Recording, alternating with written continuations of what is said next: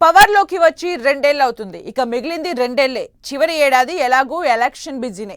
Next 2 years లోనే తన mark పాలన డెసిషన్స్ ఎలా ఉంటాయో చూపించేందుకు రెడీ అవుతున్నారట సీఎం రేవంత్. అటు కేబినెట్ లో ఇటు ప్రభుత్వ యంత్రాంగంలో పూర్తి ప్రక్షాళన చేసి రాబోయే రెండేళ్లలో మిషన్ మోడ్ లో పనిచేసేలా ప్లాన్ రెడీ చేశారట. స్థానిక పోరు అయిపోగానే కీలక నిర్ణయాల వైపు అడుగులు వేయబోతున్నారట ముఖ్యమంత్రి. రేవంత్ మాస్టర్ ప్లాన్ ఏంటి? ఎలాంటి రూట్ మ్యాప్ రెడీ చేసి పెట్టుకున్నారు?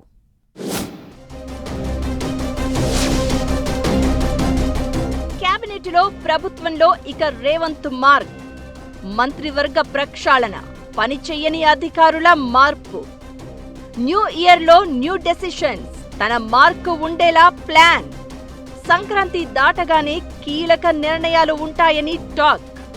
ప్రజాపాలన పేరుతో అధికారంలోకి వచ్చారు.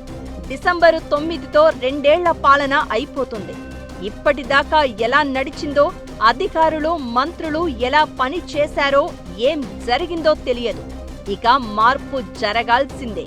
ఇక నుంచి ఇలా ఉంటే కుదరదు అని డిసైడ్ అయ్యారట సీఎం రేవంత్.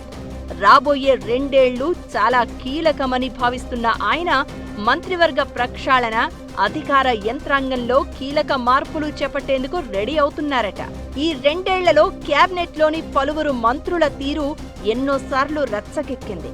పలువురు అమాత్యుల వ్యవహార శైలి, మాట తీరు, అవినీతి ఆరోపణలు ప్రభుత్వానికి ఇబ్బందులు తెచ్చిపెట్టాయి. అవన్నీ ఎలా ఉన్నా ఈ రెండేళ్లు గట్టెక్కారు. ఇక నుంచి ఎవరు ఏ చిన్న తప్పు చేసినా లైట్ తీసుకోవద్దన్న డెసిషన్ కి వచ్చారట సీఎం రేవంత్. ఈ క్రమంలోనే క్యాబినెట్లో 3-4 మంత్రులను తప్పిస్తారు అన్న ప్రచారం జరుగుతోంది. ఇప్పటి వరకు కొంత అడ్జస్ట్మెంట్స్, బుజ్జగింపులతో సాగిన వ్యవహారం ఇక నుంచి సీరియస్ మోడ్లోకి వెళ్లిపోనుందట. పనితీరు బాలేని, వివాదాలకు కేరఫ్ గా ఉన్న పలువురు మంత్రులకు ఉద్వాసన పలికి వారి స్థానంలో కొత్త వారిని తీసుకుంటారని, అందులో రేవంత్ సన్నిహితులే ఉంటారు అన్న గుసగుసలు మొదలయ్యాయి.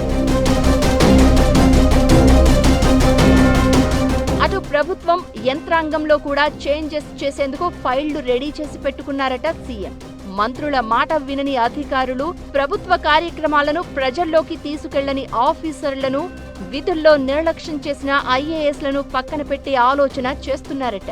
ఇటు మంత్రివర్గంలో అటు ప్రభుత్వ అధికారులు అంతా తన డైరెక్షన్లో పనిచేసేలా పూర్తి పట్టు సాధించేందుకు మార్పులకు శ్రీకారం చుట్టడం ఖాయమంటున్నారు.